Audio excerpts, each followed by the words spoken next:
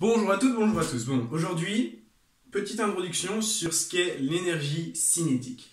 L'énergie cinétique d'un corps. Qu'est-ce que c'est? Alors, cinétique, ça vient de l'anglais kinétique, bon, j'ai pas d'accent anglais, mais enfin, on s'en fout, qui veut dire le mouvement, d'accord? Qui veut dire le mouvement, et donc le mouvement, une vitesse, et ainsi de suite, d'accord? Et donc, l'énergie cinétique, qu'est-ce que c'est? L'énergie, prenez une voiture qui avance à du 120 km/h sur l'autoroute. Bah, cette voiture, elle a une vitesse, d'accord? Ça veut dire qu'en soi, elle a une énergie.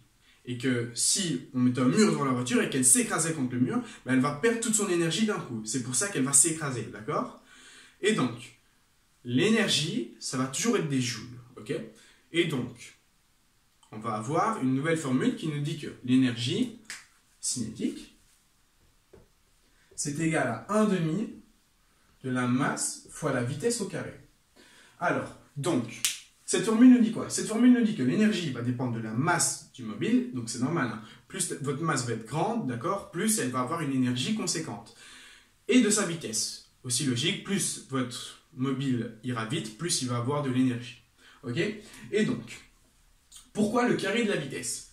Alors, en fait, pour vraiment bien vous démontrer cette formule, il faut utiliser des outils mathématiques que vous ne possédez pas, d'accord? On va parler d'intégrale, de dérivée, ça va partir un peu en couille.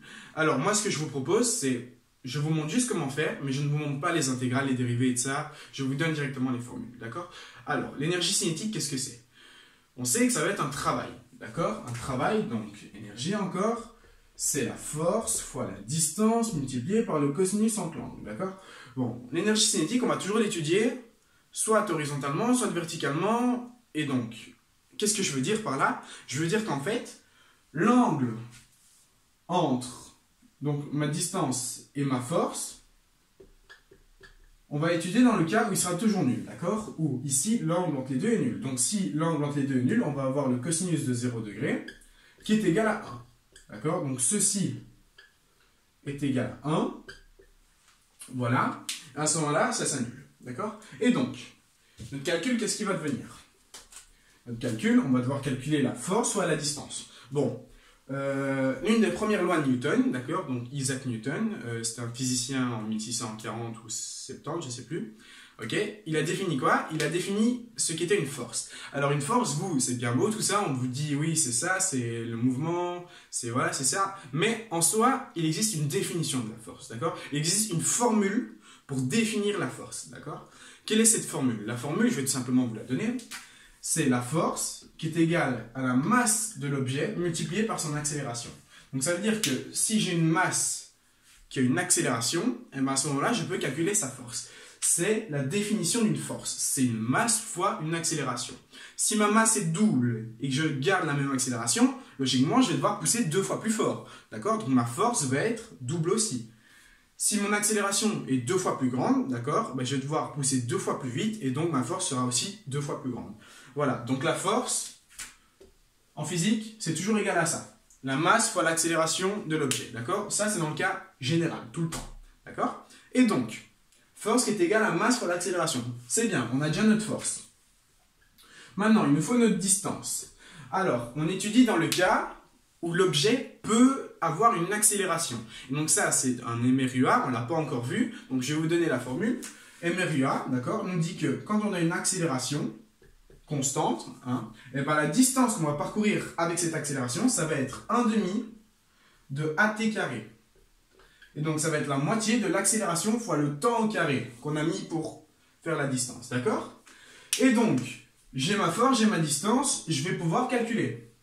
Donc j'ai quoi? J'ai mon travail qui est égal à mon énergie cinétique, qui est égal à, et donc ma force, ma masse fois mon accélération, multiplié par 1/2 de mon accélération fois mon temps au carré. Voilà.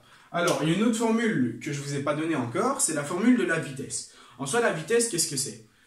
La vitesse, on sait que c'est la distance sur le temps, c'est facile. Maintenant, qu'est-ce que ça va être la vitesse quand on va parler d'accélération, quand on va avoir une accélération?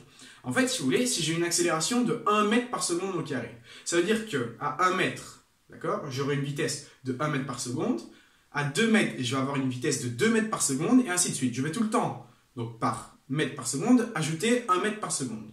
D'accord?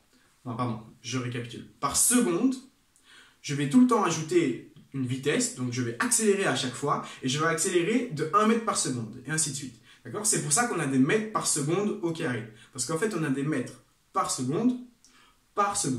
D'accord?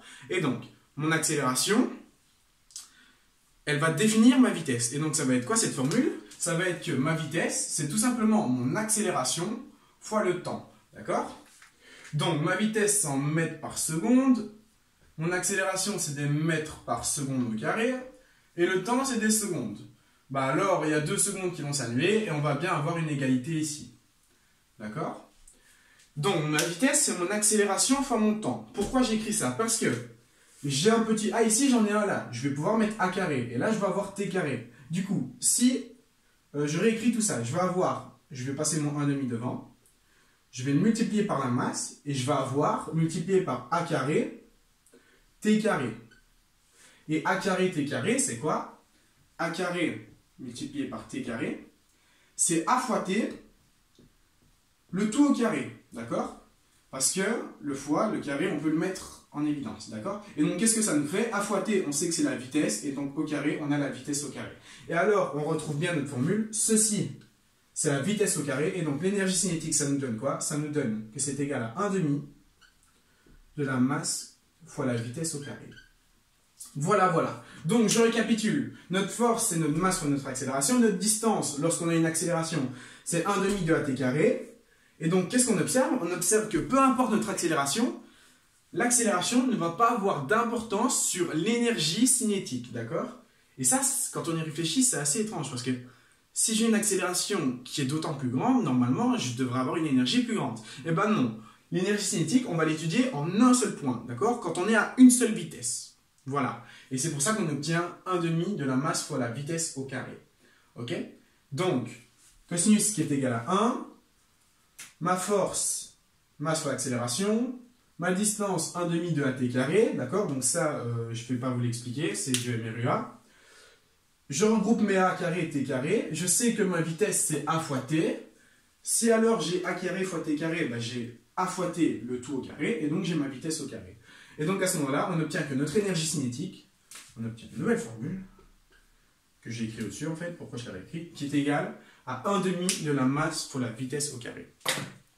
Bon voilà, donc ici c'est une séquence un peu compliquée parce que les calculs sont compliqués.